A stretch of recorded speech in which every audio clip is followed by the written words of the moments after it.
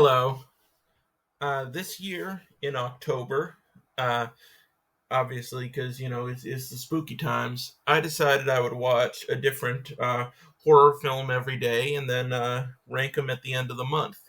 I want to do some caveats here. I mean, first of all, this is a jack o' lantern that I expertly drew myself. I don't think I need to tell you it's a jack o' lantern because it's so skillfully drawn, but I figured I would mention it just in case you've never seen a jack o' lantern before. Um, also, I do want to say this is first time viewings only. So there are a couple of films that I watched that I had seen before that I'm not counting here, which would be number one and number two on the list if I did include them because they're incredible movies. The first one is the original Halloween from 1978. I know it's from 1978 because I was at Halloween themed trivia the other day, and I thought it was from 1979, and I was wrong. Um, but yeah, the original John Carpenter Halloween, incredible movie, obviously. I had seen it before, but it had been a very long time, and I wanted to refresh myself before I watched a couple other movies in the series. And then what would have been easily number one on this list, and one of my favorite movies ever, is Bride of Frankenstein. But I've seen that movie so many times. That's a movie that I watch every Halloween. I've had that tradition going for a number of years now, and it doesn't really feel like Halloween is complete until I watch Bride of Frankenstein. So that would easily tower above the rest, but we're not counting it. I'm also not counting a movie I saw in theaters called Your Monster, because though it does have a monster in it, and I guess like very very light horror elements, you could say it's really not a horror film at all. It's more of just kind of a dark romantic comedy. But even though I didn't think that qualified for this list, I would still say, check that movie out. It's a smaller film, it could use some support. And I thought it was a really fun and interesting movie. I really enjoyed it. And on a similar note, there are a couple of films in here that I'm not sure I would classify as horror films. They were definitely classified that way on the streaming sites and online, and that's why I watched them. But when I got to the end of them, I was in a couple of situations I was like, yeah, I'm not totally sure that was a horror movie. So I'll call those out when I get to them. But I watched a couple extra movies. I only had to watch 31 and I watched 35. So if there's anything on here that you personally don't want to count in your own head canon, you can just get rid of it and slot things up. You know what I'm saying? All right. So let's get into it now. This kind of lo-fi solution I found to presenting this list with the worst film I watched in October, which was Silent Night, Deadly Night 2. Now, I obviously watched this because of the memes. There are some fantastic memes from this, most prominently Garbage Day, which is one of my favorites, where this guy just says garbage day in a very extravagant way and then shoots someone. And I always wondered what the context of that clip was. And having actually seen the movie now, there's like barely more context for it in the actual movie than there was just from the meme. I am so glad that I didn't watch the first Silent Night, Deadly Night before this. I've never seen it. And I would say if you're going to watch Night, Deadly Night 2, do not watch the first one, even though it's probably a slightly better movie, because literally the first 40 minutes of this film, and this movie is like 80 something minutes long, the first 40 minutes are literally just this guy telling you the plot of the first movie. And these are like it's like extended flashbacks, um and it's literally just footage from the first film, entire scenes for 40 minutes, and occasionally, like maybe 5% of that running time it'll cut back to the framing device, which is this guy telling this cop this story. And then after that 40 minutes, which, if I had watched the first movie and then gone right into this, that probably would have been excruciating. But because I had never seen it, I didn't mind it at all. I was just like, yeah, thanks for the recap. It was very long, but I appreciate it. And after that, they move into this guy's story, which this guy is the brother of the guy from the first Silent Night, Deadly Night. And that guy's story was his mom got attacked and I believe ultimately murdered by a guy in a Santa Claus uniform. So you'd think that what he would do would be going around killing all the Santas he sees, like killing all the Santas in malls and stuff. But he doesn't do that. For some reason, it makes him want to put on a Santa uniform and murder other people who he thinks are naughty. That's what he says. When he sees somebody doing something he doesn't approve of, he just says naughty and then he stabs them. So the way that they tie this movie into the first movie is hilarious. Like I said, I've never seen the first movie, and I know that this guy was not even referenced in the first movie at all because of how tenuous the link is. Like, this guy's name is Ricky, and there's a scene in the movie where the nuns, part of it takes place at a Catholic school, and the nuns are calling the children in, and they're like, it's like Bobby, Tommy, Ricky, and it's just like, it's supposed to be this moment where it's like, oh, Ricky was there the whole time, but it's obviously just one of many names that the nun said, and they picked one, and they were just like, yeah, let's call him Ricky. She said Ricky.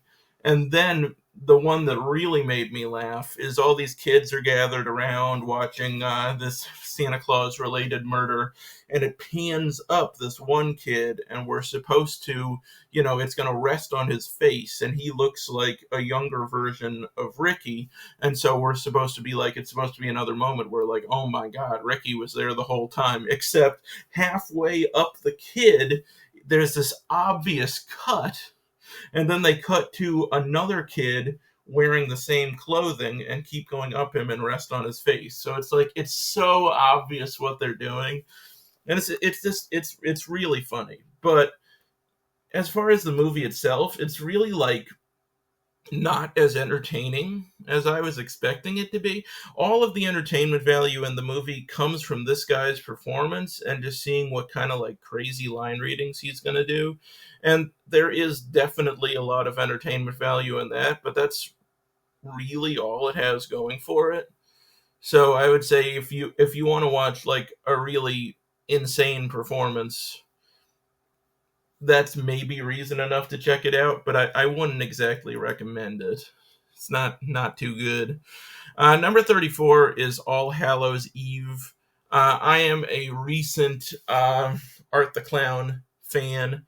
I've just, in preparation for Terrifier 3, because I'd heard such good things about Terrifier 2, I went and watched the other 3 movies in the chronology first, and yeah, I am a big fan of this franchise and the character. I'm typically not into stuff that's, like super gory and stuff, but I just think in this case, the character has so much personality and he's so well portrayed by this actor. And I like the universe of it and like the lore they're setting up. I think it's all really fun and interesting. And, the gore, like so much of it is done practically, so you can appreciate it on like an artistic level too. You can, be impressed with the effects they were able to create practically on like a relatively low budget, especially in the earlier films, which are very impressive. Now this film it's an anthology film, and this was the first appearance of Art the Clown, and he's played by a different guy in this who's not as great as the guy who would go on to play him, but he's still like, a striking character. I can see why people wanted more of him. But yeah, I mean, this film was basically a couple of shorts that were like stitched together into a feature. It was like super, super low budget. And it was just, basically a way of getting the character out there and seeing if people were interested in the character, and they obviously were. That being said, like, if you watch this, you got to go into it with the right expectations. Like, this is a really low budget movie from an inexperienced filmmaker, inexperienced actors. So for what it is, it's impressive, but just as a movie compared to all the other movies in the universe, it's not very good. But, if you go into it bearing in mind the limitations on the film, not bad. All right, so now we got Friday the 13th 4, the final chapter. I had never seen any of these movies because I just kind of figured it wouldn't really be my thing. But I have, recently kind of warmed up to the slasher genre a little bit. And so I was thinking, I should try a Jason movie. And I tried part 4 because I've heard from a lot of people that it's the best one. And I will say that if this is the best one, I think I was right that this franchise really isn't for me, because I thought this movie was fine, but just kind of okay, like just like acceptable. Like, I really liked Crispin Glover's performance. He's insane. And I liked the weird little kid that Corey Feldman plays. And obviously Jason is like a really striking presence. Like, he looks super cool and he's super intimidating. But yeah, there just wasn't much going on here that was really interesting to me. I wasn't like really invested in any of the characters beyond, the charisma of a couple of the performers. And you know, yeah, I don't know. There wasn't really much to engage me. He doesn't have like, super cool lore that they're exploring or something. I'm aware there's some lore involved, and that comes in at the end where, I'm not going to give it away, but Corey Feldman's character, kind of tricks him and plays mind games with him based on the little bit of lore that there is. And that was a weird moment for me, because I was like, I understood what was going on, but I was like not totally convinced. I think they needed to build up kind of this weird connection that this kid obviously has with him, and this like obsession and this interest in the lore, like a little bit more.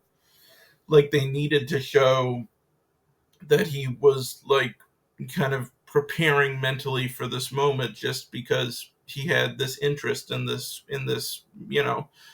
folklore, in this story of this supernatural killer who, a lot of people probably believe is not a legitimate thing that exists. But, he's a kid, so his imagination is gonna. And I know he creates masks and stuff, and like, it's a potentially interesting kind of character dynamic, but it didn't really work for me. I was like watching it, I was like, how does this kid know to do this? Like, it's a big swing, and it's like, why is it working so well? And I don't know. I didn't really buy into that moment, and I think if they'd set it up better, that moment could have been really interesting. But I'm rambling. It's fine.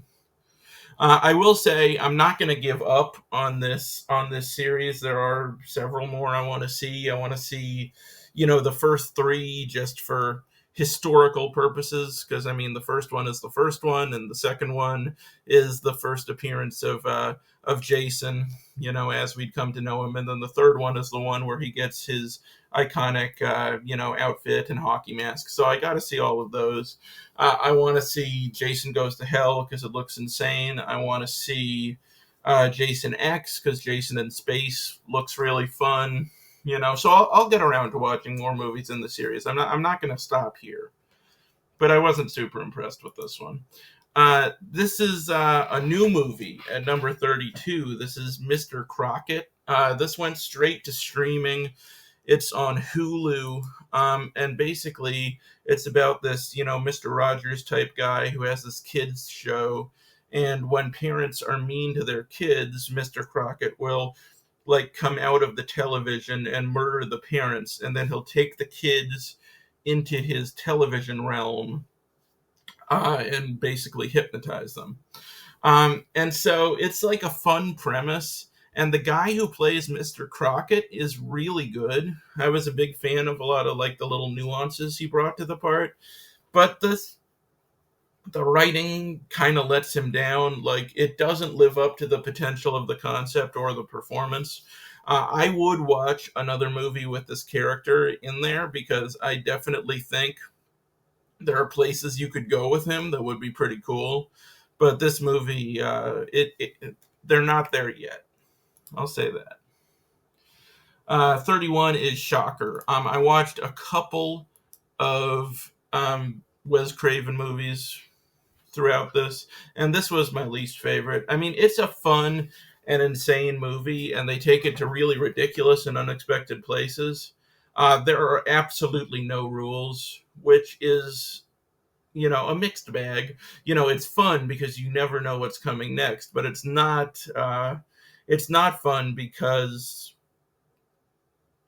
it's just it's almost like how can I explain this? It's like, did you ever like play when you were a kid, like with your friends, you play these like games where the two of you were battling, and you'd be like, "Oh, I have a laser gun," and you'd shoot it at him, and then he'd be like, "Oh, I have a laser shield that blocks laser guns," and then you'd be like, "Well, I have a laser sword that can break through laser shields," and it's just like, you keep making up stuff to like one up the other one and defeat them in this imaginary battle. Like, that's what this movie felt like. Like, that's what it felt like the screenwriter was doing, which is, just it's fun, but it's kind of dumb too, for lack of a better word. I also thought, it was interesting to see this guy Mitch Pileggi, I think is his name, in a different context, because I just know him from the X-Files, where he plays this very kind of buttoned up character, and here he's just really nuts and over the top. But it was almost like too much for me. It got annoying for me after a while. So yeah, it's a fun and creative movie, but not my fave. All right, and next is Psycho 2, which I thought I was gonna like more than I did. I will say it does present Norman Bates in a new context, and it does have some plot twists that I thought were kind of interesting. But I don't know. I just don't find Norman to be as compelling of a character in this movie, because this is him. He's like trying to be a nice guy. He's trying to just help out this woman here, and not murder her. He keeps wanting to murder her, but but he doesn't. So the effect is that he's this nice but creepy guy who will occasionally stare into the distance and think about murder. And I don't know. I guess I don't go to a Psycho movie to watch him not murder people. And I know that sounds kind of close minded, but it's just, I don't know. I didn't find the character very compelling in this context. I found him kind of aggravating, to be honest. I wouldn't want to spend a lot of time with him. I'm not sure why she does. Maximum Overdrive, number 29. This is the only movie ever to be directed by Stephen King. And I had heard for years that this movie was terrible, and I really don't think it is. Like, it's like a fun, goofy 80s movie. It kind of reminded me of like kind of the tone of Repo Man, if you've ever seen that. And maybe that's partially because both movies have Emilio Estevez in them. But also, it's that kind of blend of like schlockiness and creativity, kind of coming together, where, it's absurd, but it's a good time. I don't know. I enjoyed it. I will say that where the film started out was much more interesting than where it went. Because when it starts, it's like all of the appliances on Earth are like combining forces to destroy humanity. And that's really interesting.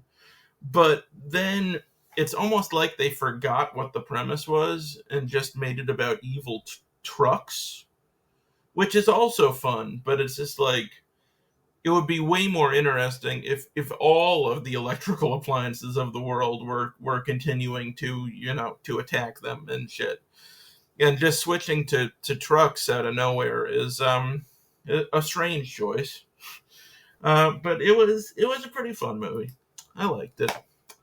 Number 28 is The Strangers Pray at Night. So this is a sequel to The Strangers from 2010, and this is nowhere near as interesting of a movie, but I also didn't think it was bad.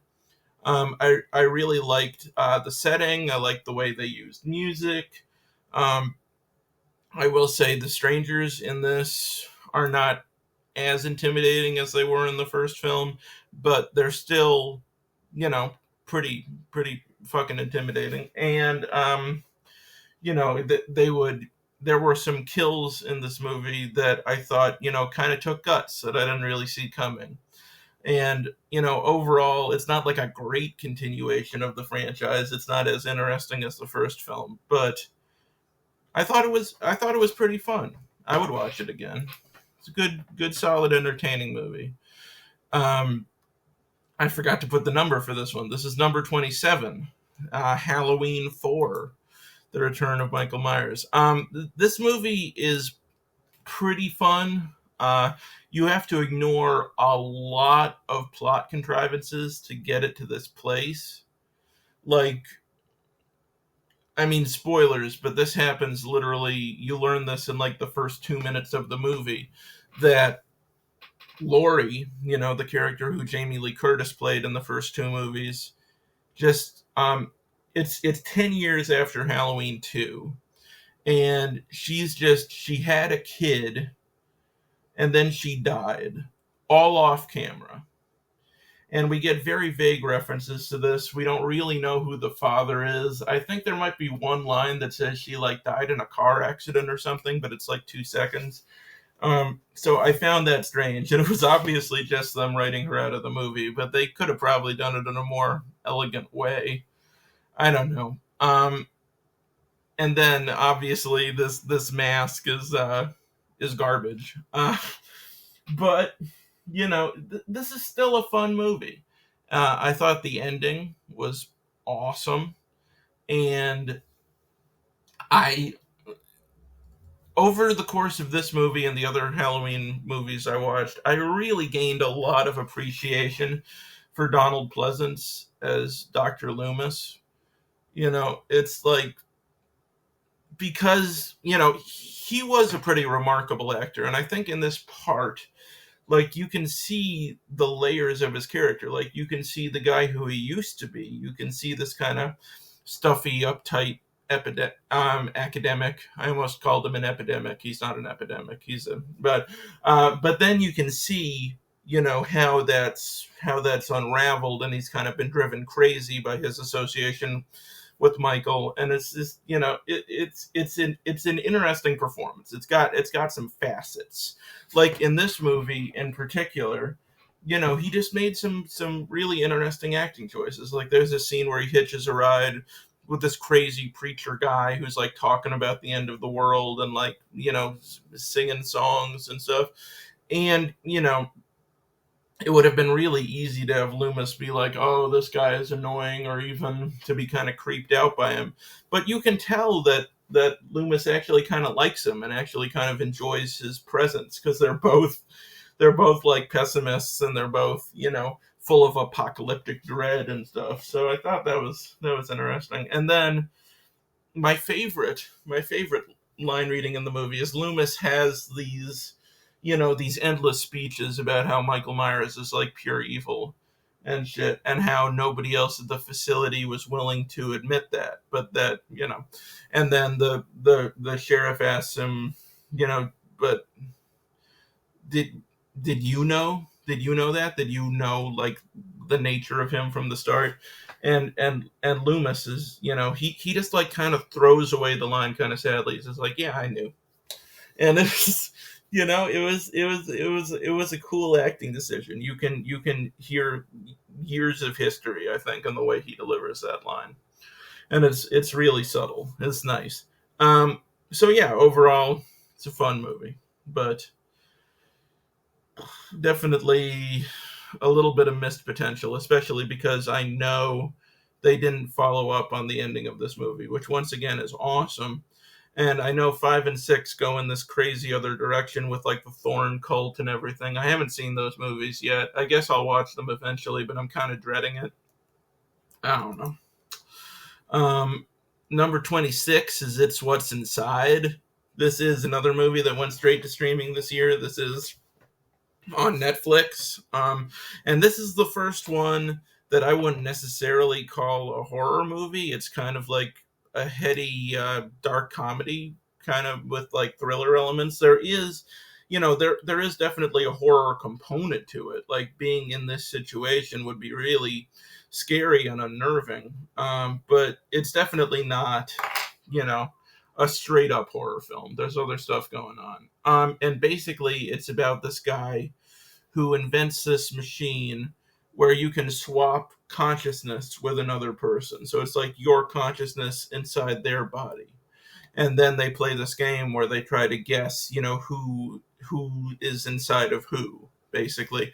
And it doesn't take very long before it gets completely out of hand, and people start betraying each other and stuff. And you know it's a really interesting and fun concept. It is like impossible to keep track of who's in who, but I think that's kind of part of the point. I think you're supposed to be overwhelmed by it and kind of forget. um and I will say there's this really bad event that happens in this film that has like really huge ramifications, and I didn't feel like they really adequately explored like what that meant, and what the implications of that event really were. And it was just little stuff like that that held it back. But overall, I think it's a fun and interesting movie. I enjoyed watching. It's a good time. Number 25 is Infinity Pool, which is the first of two Brandon Cronenberg movies I watched. He's the son of David Cronenberg, and he's like a very talented director in his own right. Like it's not like a nepotism thing. It's he's really distinctive as a filmmaker. Obviously influenced by his dad's work, but he takes it in a pretty different direction. And one thing that's similar about this movie and the other movie I watched by him is that he presents like very insane scenarios in a surprisingly grounded way. Like it's about, this guy who Alexander Skarsgård plays accidentally kills this person. He accidentally hits him with his car. And the police are just like, well, it is local custom that the son of this man must now murder you. But if you'd like, we can create an exact clone of you, and we can have your clone be murdered by his son, and you can just go home. But this procedure is very expensive. So basically what it's kind of social commentary, just talking about how rich people can avoid responsibility just solely through being rich. But it also presents these, this guy goes through this like crazy identity crisis, and it's just like, are these clones that are being created, are they him? Is he them? It kind of reminds me of that twist at the end of the Prestige, which I'm not going to get into, but it's just like, it's that issue of is this person like a lower form of life, or do they have just as much of a right to life as the original person? So it's a lot of interesting questions and subject matter, and it's a really insane movie. It's really uncomfortable to watch, really good performances. um Mia Goth is awesome in this movie. She's really grating, but like on purpose. You just like really hate her, and it's very effective. But yeah, I mean, I'm gonna pause here really quick, because I've already done this for 30 minutes. We need to speed this up. I think I'm talking too much. I'm sorry. So we will try to get through the next portion of this list a little more economically. But see you in a bit. Okay, I'm back. If you hear some background noise, my editing software is making my computer want to explode. I gotta switch out my editing software. This is not, I'm not gonna get into a whole big thing here, but this free editing software that I only used because it was free and it came with my computer is shockingly not ideal. So we're gonna figure it out. Okay, number 24, Day of the Dead. I had seen Night of the Living Dead and Dawn of the Dead, so I figured I should watch this one too. And this is an interesting movie. It's always kind of neat when an innovator in a particular field comes back and kind of tries to like break it down and subvert it a little bit, because and George Romero was kind of the forebearer of all these zombie movies that would follow.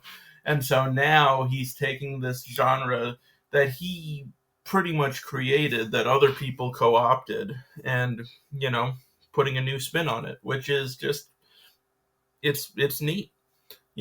I will say it's pretty clear that he was not able to accomplish all of his ambitions with this, just because he probably didn't have the funding to pull it off. I know he said the original version of this script was basically Gone with the Wind with zombies, and I would have given anything to see that. But regardless, it's a pretty interesting and successful movie. I wasn't a big fan of the villain. He was a little much for me, but I will say this guy right here, the main zombie guy, was the highlight of the film for me. I thought he was excellent. And, while saying, maybe man is the greatest monster of all, is not like the most original moral for this movie to have. This guy's performance is what really sells it. That you can see the humanity, of him beyond this makeup and his inability to speak and all of this. He really sells it. So I think he's the reason the movie works.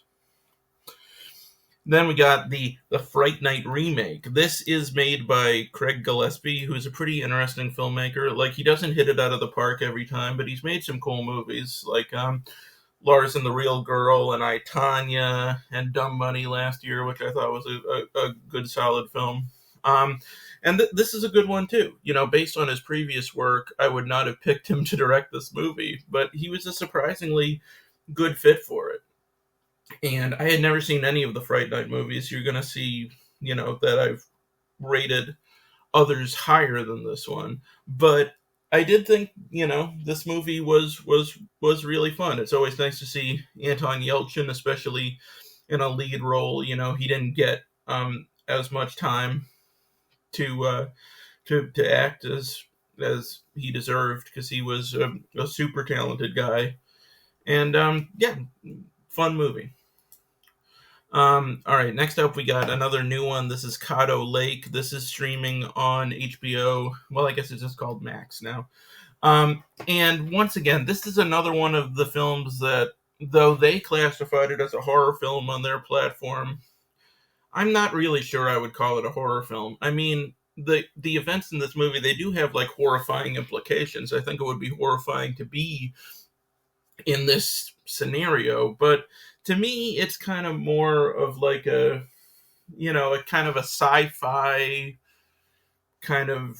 I don't want to say thriller, because it's not super thrilling, but who cares about genres? Genres are a waste of time. But yeah, I mean, I thought it was an interesting movie, and I thought the premise was really original until one of my friends told me that it's just basically the premise of this other TV show, which is kind of a bummer. I haven't seen that, so I can't confirm, but it did sound very, very similar. But yeah, I mean, I think this is a cool movie. I think it's worth checking out. It didn't blow my mind, but thought it was pretty neat. Not scary though, if that's what you're looking for. At least not in a conventional way. All right, and next we got The Incredible Shrinking Man. This is a movie that I'd wanted to see for a long time. Finally got around to it, and it is a really interesting film. This is definitely a horror film, and with I guess a sci-fi element, though we don't really know the reason for his shrinking. It's left kind of ambiguous. But I will say, like, as this movie goes on, it gets more interesting as he gets smaller and smaller. Like, the way that they transform the environment around him is really cool. Especially for the time, some of the effects here are really neat. And even now, where it looks kind of phony, it's still very charming. Um, and they did some really cool stuff with like the set design too, like creating big versions of small things for him to interact with, and all of that is neat. Um, and it does kind of make you think about the world in a different sort of way. Like while I was watching this, I was looking around the room, being like, if I were in this situation, if I was in this room, like what would the challenges be? How would I get around? What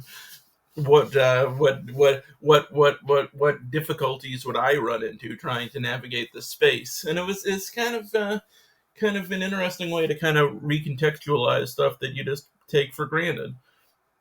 That this thing that's like sitting in the corner of your room that you don't really think about, like this box full of junk, could to this guy be like a yawning chasm that could potentially like kill him if he's not careful. And this scene here was my favorite scene in the movie, because it's basically like a kaiju attack, but it's just like this cute little house cat, just a normal house cat, but to him it's like this horrifying giant monster. And that sequence was the highlight of the film for me. I thought that was really fun. There is also a fight with a spider, which I did not find fun because I don't like spiders, but it was effective. I'll say that. Oh, well, I will also say my one main complaint with the movie, the reason it isn't higher, is um, the voiceover kind of annoyed me after a while. I think it's a little much. But I mean, it's well written. It's written by Richard Matheson, so he's a great writer. But I would have toned it down a little bit, but that's just me. Okay, so now we're getting into the top 20 with Psycho 3, which I preferred significantly to Psycho 2. Because, not to give anything away, but at the end of Psycho 2, Norman kind of reverts back emotionally to the way he was in the first film. And now, so in this film, you can indulge a little more in those kind of schlocky elements. In the second one, he was just like, oh, I want to murder, but I can't. That would be mean. And in this one, he's like fucking murdering everybody. And it's fun, because you still get that conflict in his character. You can tell that he doesn't want to kill, but he's giving in more to those urges, and it's just a fun movie, and Anthony Perkins is awesome in it. I mean, it's not good if you compare it to the first one, but if you can divorce yourself from that, I mean, I thought compared to the second one, it was a blast. So I enjoyed it. I wasn't able to watch Psycho 4 on time because I couldn't find it on any streaming services, so I bought a Psycho collection with all four of them in it. So I am going to be able to watch the fourth one. I don't know if I'll watch it now or if I'll save it for this next year, but I will be seeing it soon. All right, number 19 is the other Brandon Cronenberg movie on this list, Possessor. And I thought this movie was interesting because it is very much a horror film, but it didn't have to be, It's about these people who jump into other people's bodies to perform assassinations. So you can see how that could easily be like a badass action movie if you gave it to like David Leitch or something. And I almost kind of want to see that version of the movie because I think that would be really fun. But this version is no fun. I mean, that's kind of the thing with both of these Brandon Cronenberg movies is they have really intriguing premises that really make you think, and they have really striking imagery. But they're not very fun to watch. They're very intense and very emotionally draining, and that's certainly the case with this too. But I did find it impressive and really creative and original, and I did dig it. All right, number 18 is A Nightmare on Elm Street 2, Freddy's Revenge. I had seen the original Nightmare on Elm Street, Nightmare on Elm Street 3, Dream Warriors, and New Nightmare. So I figured I should watch this one too. I will say, every Friday the 13th movie I've seen, I've really enjoyed. I found them, to be like really creative and fun movies. And now I haven't seen 4 and 5, which, or 6, how many are there? But I haven't seen the one that I've heard aren't that good. So maybe I'm kind of biased here in that I've only seen the four that are worth watching. But I mean, this one I've heard is kind of a step down from the ones where Wes Craven had more involvement. And it is, but I thought it was still quite a good movie. I thought it was, pretty emotionally compelling, this character's predicament. And I thought Robert Englund as Freddy was really good in this. It's like a super, super dark version of the character. There's none of that, like, goofy quipping he would do in the later movies. It's, like, kept very minimal. And also, there's this part where, Freddy basically takes over this guy's body. That's kind of what it's about. So after a while, you just see Freddy. You don't see this guy anymore. And because of that, because this guy who Freddy is inhabiting is conflicted, you see that in Robert Englund's performance too, that he's, kind of similar to Psycho 3, that he's giving into these homicidal urges, but he also kind of feels bad about it. So I thought that gave Robert Englund an opportunity to do, a little more acting than he usually does in these movies, just in terms of, range. And I thought he did really well. I will say my one big caveat with this movie is not all of the crazy subtext, which I actually thought added to it and brought like a nice flavor to it. My issue is that I think it kind of cheapens the concept of the original. Like the original had this brilliant premise that was really simple, which is just like this guy murders you, but he can only do so when you're asleep, you know? Which is scary because in a normal slasher movie, you can get away from the guy, at least for a while. You can run and hide. You can't do that here because eventually you're going to fall asleep and then he's going to kill the shit out of you.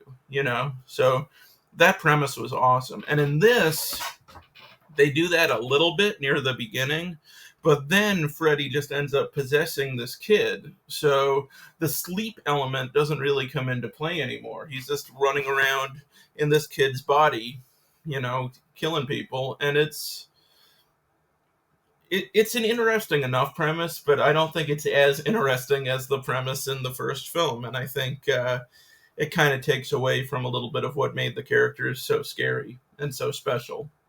But I think it's a really solid and enjoyable film. Number 17 is Seconds, which is a John Frankenheimer movie. This is another movie I've been wanting to see forever. It's pretty cool. Cinematography by James Wong Howe, who's a great cinematographer. Got an Academy Award nomination for this. I don't believe he won, but he probably should have. Because this movie just, visually in terms of the filmmaking was like really ahead of its time and pretty cool. And I thought the performance by Rock Hudson was really strong, and it's a really interesting premise that this guy gets to live this other man's life. He gets to it's kind of similar to that Netflix movie. He gets his consciousness kind of he keeps what's inside, but what's outside is radically different. He undergoes a surgical procedure that completely transforms his appearance, and it's about how that impacts his life and how he thought his life used to be boring and mundane, but living this new life as this handsomer guy who's like more outwardly successful and stuff because of the way they set him up and shit, that presents its own unique challenges too, and that he can never go back to his old family. They think he's dead and shit. So it's it's a complicated and interesting situation. I did not like his love interest in the movie. I don't know if I was supposed to. I found her really annoying, but I think maybe I was supposed to find her kind of off-putting. So if I was, job well done. But overall, cool movie. Halloween 2 is number 16. So yeah, I definitely like this one more than Halloween 4, which I already liked quite a bit. But this one, I watched the original Halloween right before this just to refresh my brain, and I actually think it works really well as like a 3-hour film. because the first one is this really slow build. It's really kind of the rising action, and it ends on that climactic moment. But this film is like so much more intense in terms of excitement and violence that it actually is a pretty good third act for the first two acts of the first movie. I don't know if I'm explaining that in a way that makes sense, but I'm saying it's a good conclusion to the events of the first film. And I almost wish this had been the end of the series, because I do think it's a very satisfying end for Michael and for Loomis.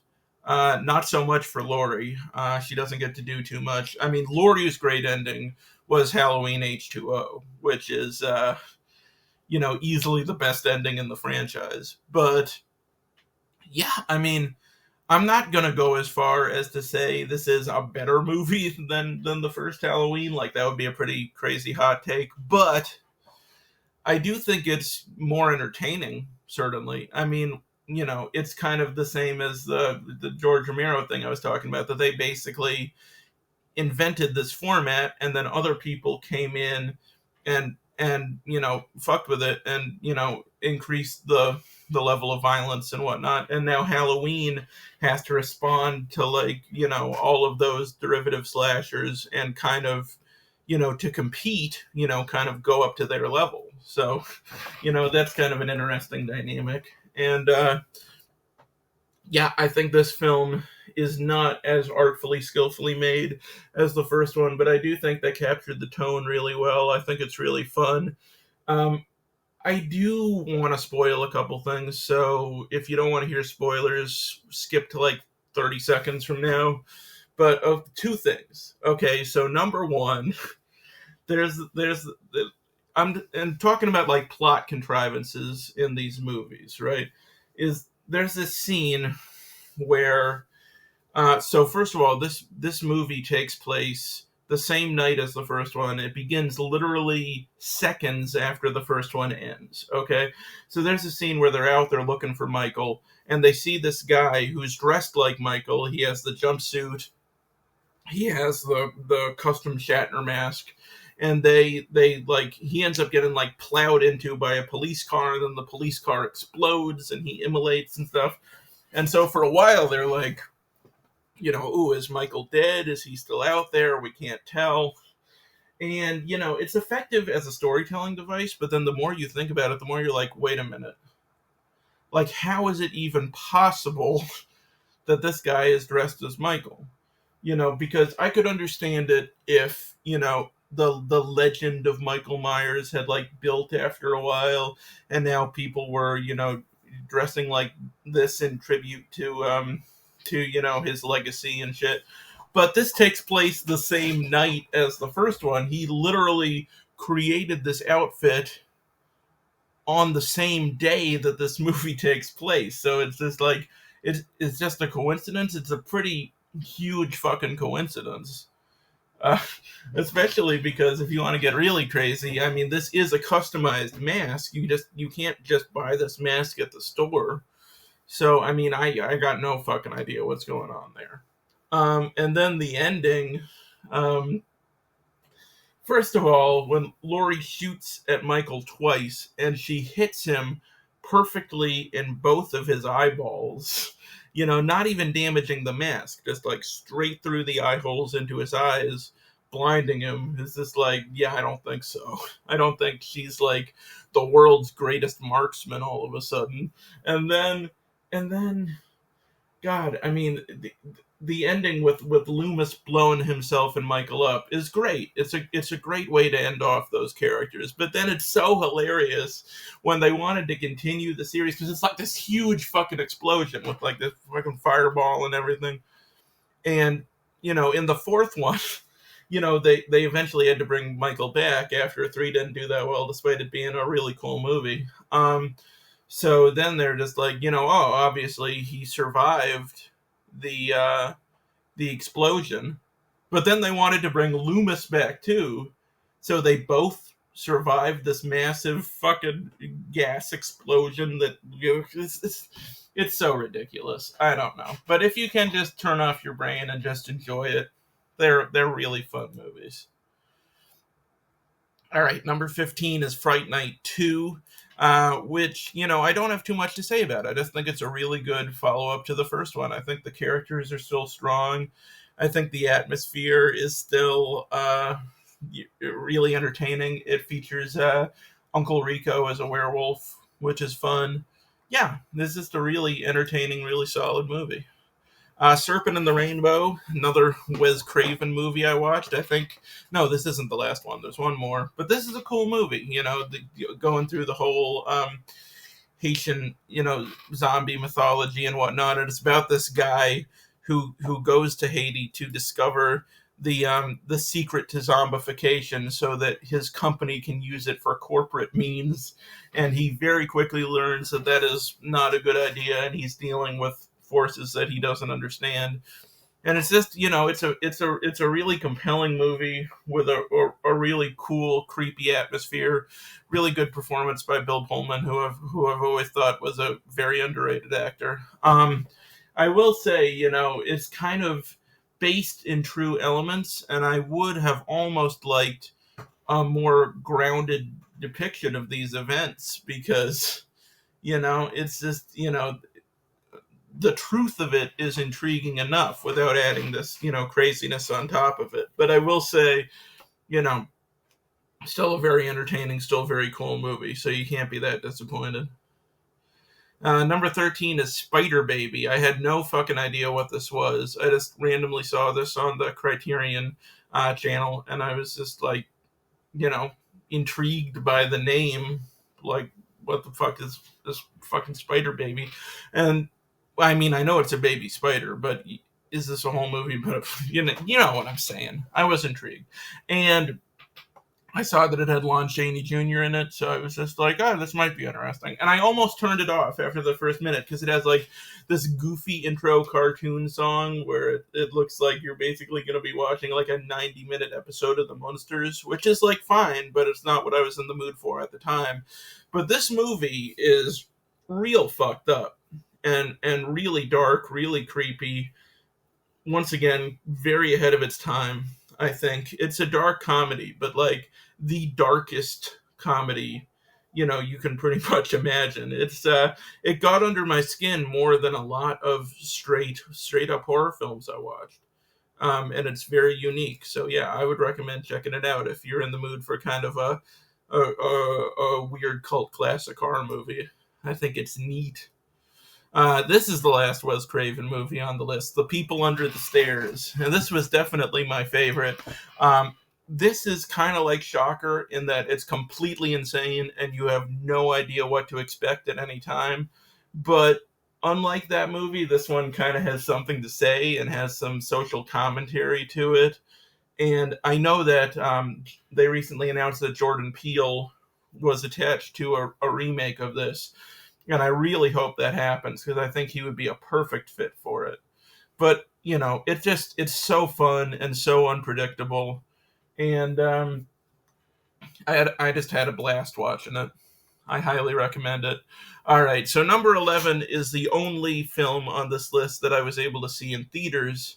And this is Terrifier 3. And, like I said before, I'm a recent fan of this franchise. I just got on board within the last couple weeks, and I really dig it. Like I said, I don't usually like super gory stuff, but I love this character of Art the Clown. I love the guy's performance who's playing him. I think he's so skillful at wordless communication and whatnot, and using his physicality in a really cool way. And I like I dig the lore of it. I dig the universe of it, and I dig the craftsmanship of it and how they there's definitely some CGI here and there, but they do as much practically as they can, and they do a really good job. And for me, honestly, I can see the violence being really disturbing for people, and it occasionally is. But I find violence much more disturbing when it's, very realistic and grounded. That's the stuff that really gets to me. Like, this is so insanely over the top that I'm kind of just able to laugh at it and like relax a bit, you know. So for me, it really works. I really enjoy these movies, even if they go a little far sometimes. And yeah, Art's just he's fantastic. All right, number 10 is the original The Strangers, and yeah, I'd never seen this before, despite hearing great things about it for years, and I really enjoyed this movie. Um, I thought it was really tense. I loved the way they used music in this film, like the way they used songs diegetically, to like contrast the horror with this kind of calming or like uplifting music. It's like it really ratcheted the tension up, and it's like I like the way they allowed you to spend time with the characters at the beginning of the movie, and that they're in this conflict that's very relatable, where you're like, oh, I don't even know what I would do if I was in that situation, you know. And you get to like the characters and feel for them before all of the horror starts, and it's a simple premise to the point where it could have felt really stretched out for like a 90-minute movie, but the slowness, the deliberate pace at which this movie moves is a huge part of why it's successful and why it gets under your skin so much. I would say the best thing about this film is that the way that they take their time and the way they play with you as an audience member. So yeah, I really dug this film. I think it is not not overrated at all. I think it is properly rated. Number 9 is Stop Motion. This is another new movie from this year. This is on Shudder, and this is a really creative movie with a really great lead performance. I will say, I kind of went into this with the wrong expectations, because it's about this woman who's creating a stop motion movie, and then the stop motion characters like come to life. And so in my head, I was like, it kind of seemed like a fun, goofy movie where this woman would be attacked by like these claymation monsters or something. And no, it is not that at all. It's not a fun movie. It's very unpleasant and very disturbing. I found it to be one of the hardest movies to watch on this list, if not the hardest. But if you're willing to put up with like some emotional abuse, it's a very effective movie. All right. Number 8 is another new one that's also on Shudder, I believe, Daddy's Head. And this is a great one for me. One of the scariest things is looking out into the dark void of my room in the middle of the night, and like imagining shapes. You know what I'm talking about. Where it's just like, did I see that? Is my mind playing tricks on me? And it always is, but in this case, it isn't. It's just like, I just find that really unnerving, where you're staring at something for a while, just like being like, what the fuck even is that? It's like this movie, Lake Mungo, where they show you these photographs, and then they'll zoom in on this one aspect of the photograph, and you see it in a whole different way, and it's really unnerving, to the point where I was actually going to watch that movie for this, and I got about halfway through, and I just was not enjoying it at all. It was making me feel miserable, so I turned it off. But one day I am going to finish that movie, because its only crime is being too fucking effective. It got under my skin too much. I wasn't in the mood for it that night. But this movie has a similar kind of vibe to it, where it's just, it's a movie about, that kind of weird sound you hear in the middle of the night, that shadow you see passing, by, and you're like, what made that? I'm talking really fast, and I'm not even thinking, because I'm running out of time. Oh my god, the video's too long. Okay, I am back for the final time. We are in the top 10 now. I probably should have said that. Strangers Stop Motion, Daddy's Head is number 8. And I said what I said about, this movie that I really needed to say. I mean, I'm pretty sure it didn't make sense really because I was saying it too quickly and not thinking using my brain parts. But yeah, it's a creepy and unnerving movie. It gets under your skin. It kind of reminded me of the Babadook a little bit. I like it. It's cool. Number 7 is Revenge, and this is another one where I'm not totally sure I would classify this as a horror movie. I think it's kind of more of an action thriller, but it is, calling back to horror movies like Last House on the Left and things like that. And it's that subgenre of horror that involves assault, on a woman is not something that I can usually stomach. Like there are certain things we all can't watch in movies, and there's nothing wrong with that, and that's one for me. But in this film is directed by a woman, and that scene is, it's very clear, what's going on and how awful it is, but she doesn't shoot it in like an exploitative way at all. Um, and this is the same woman who directed The Substance, which, if you didn't see my review of that, that's currently my favorite movie of the year. So I was very curious to see her first movie, which is Revenge, and this is a really strong movie. Um, it is. This actress gives a great, really committed performance. The guys who she's hunting down for the titular revenge are completely unlikable, awful people, and they do a good job at being that. It's definitely a hard movie to watch at times, but she's such a strong filmmaker, and she has such a great visual sense that if you like The Substance, it's definitely worth checking out. And this even made me appreciate her directing style a little bit more because having seen both movies, I can pick up on kind of what are her calling cards, what are like the motifs she keeps returning to and stuff, and it's just I just have more of an idea of her as like an auteur filmmaker, and she's great. So I can't wait to see what she does next. Number 6 is Poltergeist. Yeah, I'd never seen Poltergeist before. Um, and actually, uh, no spoilers, except this is a spoiler, but 3 of the movies in my top 6 are Tobe Hooper movies.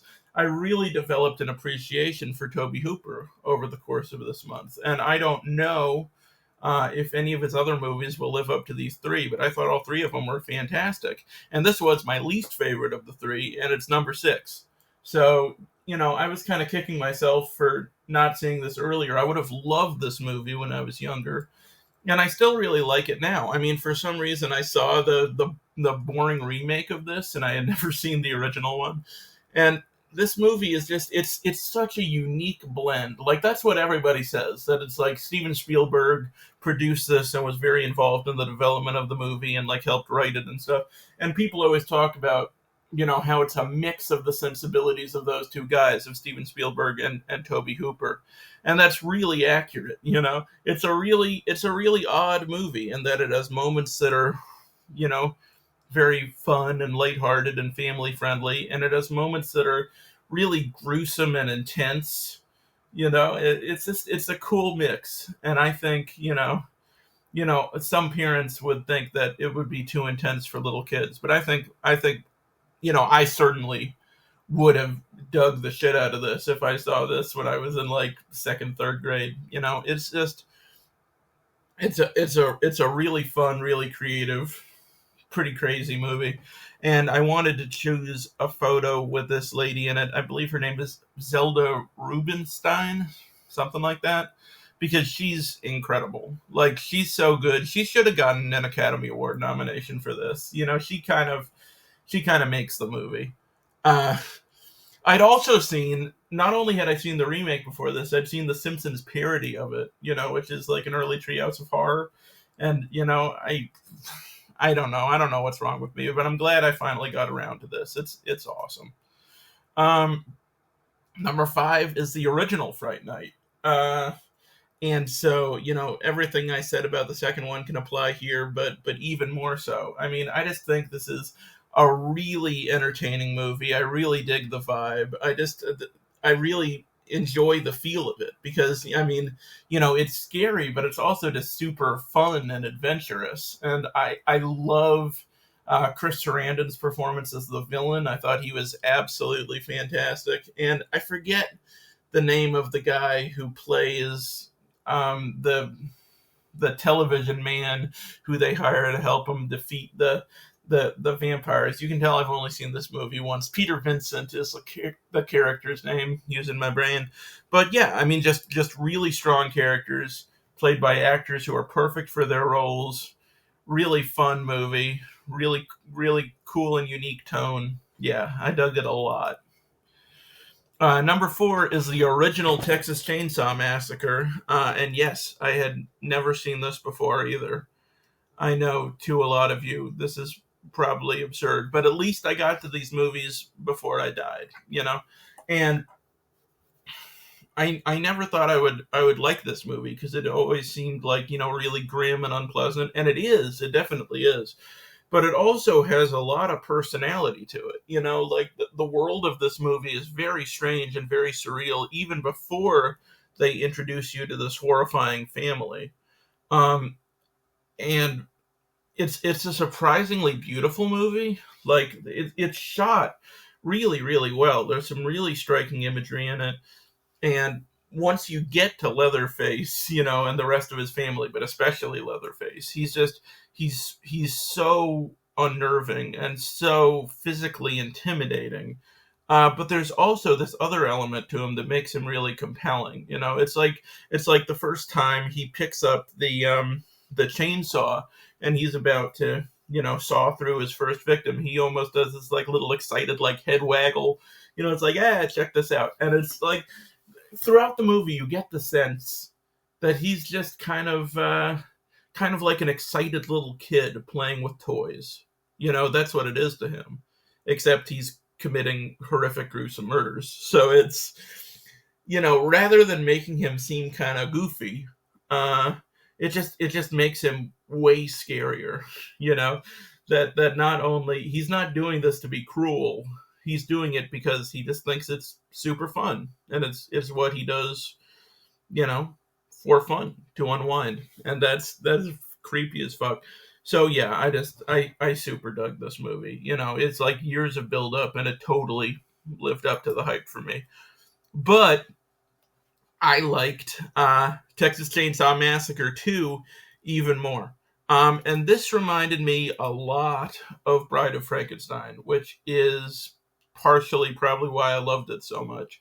Because Bride of Frankenstein, if you don't know, I mean, spoilers for a movie that's like 110 years old, but Frankenstein dies at the end of the original Frankenstein. Seemingly, it seems like the villagers, trap him and burn him to death.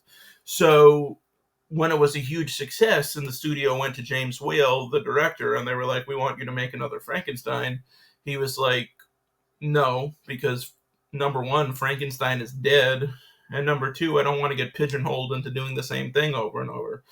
But apparently, they just kept offering him more and more money, and then eventually he agreed to do it, but only, the word he used was, only if I can make it a hoot. And he definitely made it a hoot. It's like, he basically took this very serious, very tragic film and followed it up with a dark comedy. That's, it has some moments of genuine dread in it, but it's also very lighthearted. And it's cool. It's kind of like the George Romero thing, where it's cool to see somebody kind of deconstructing and recontextualizing their own work. And that's the story here too. It's like, I believe Toby Hooper said that he intended for the first one to be kind of a dark comedy, but it didn't end up reading that way at all. So this one, he just fully commits to that. And he kind of, you know, in a way undermines the tone of the first film, but it doesn't make him not scary to make him goofier. Like I said, the big kid aspect of Leatherface is really what got under my skin in the first one. So making these people just as horrific as they were in the first movie, but even goofier, is it works. I think it works really well. And you also have Dennis Hopper in this movie playing the lead, and he's always super fun. The scene, okay, so Dennis Hopper plays a guy who has lost a family member, I believe a son, to this family. His son got chainsawed to death, and the police think that the titular Texas Chainsaw Massacre, is like an urban legend. It's like a hoax. They don't think these chainsaw murders are really going on, despite the fact that all these bodies are in the morgue that clearly got chainsawed. So Dennis Hopper's solution to this, right, is he has one tragic scene where he explains his tragic backstory, and then in the next scene he goes and he buys 3 chainsaws so that he can chainsaw the people who chainsawed his boy. And he gets 1 normal chainsaw and he gets 2 mini chainsaws to put on each hand so he can do chainsaw hand-to-hand combat. And it's the scene where he's trying out the chainsaws is, I'm not even going to try to describe it, but it's pure magic. And this movie is just so over the top and crazy. Like, nobody, even the normal people in this movie, do not act like normal people act. And there are so many moments in this movie that are just so surreal and strange. It gave me like a David Lynch vibe a lot of the time, where, it's set in the real world and there are real world rules, but it's also very heightened and surreal and weird. Like, there's a scene, I'm gonna spoil one scene for you, but okay, so the lead actress in this movie, her solution for not being killed by Leatherface is to kind of kind of flirt with him a little bit, kind of get him to like her.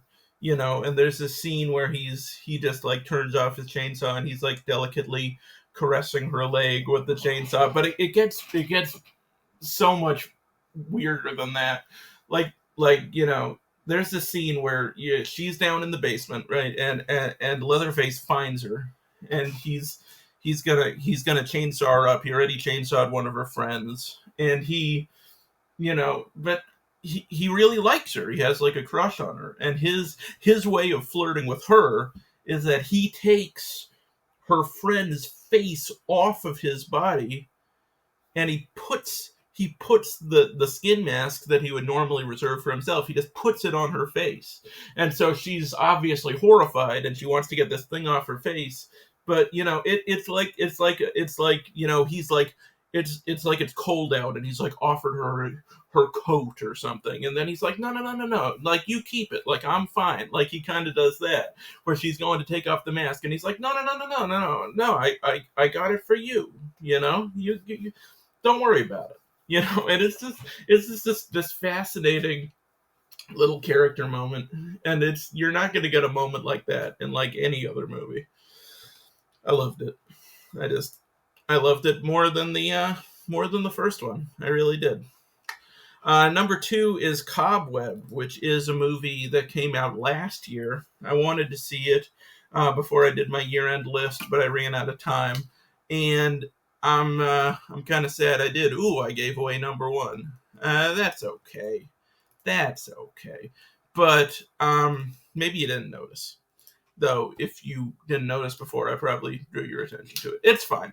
But Cobweb is a really fun movie. It's basically about this little kid who believes, he has this family who are, they're like outwardly good parents who are like concerned about him and only want the best for him. But he suspects that they are evil, murdering monster people. And it just...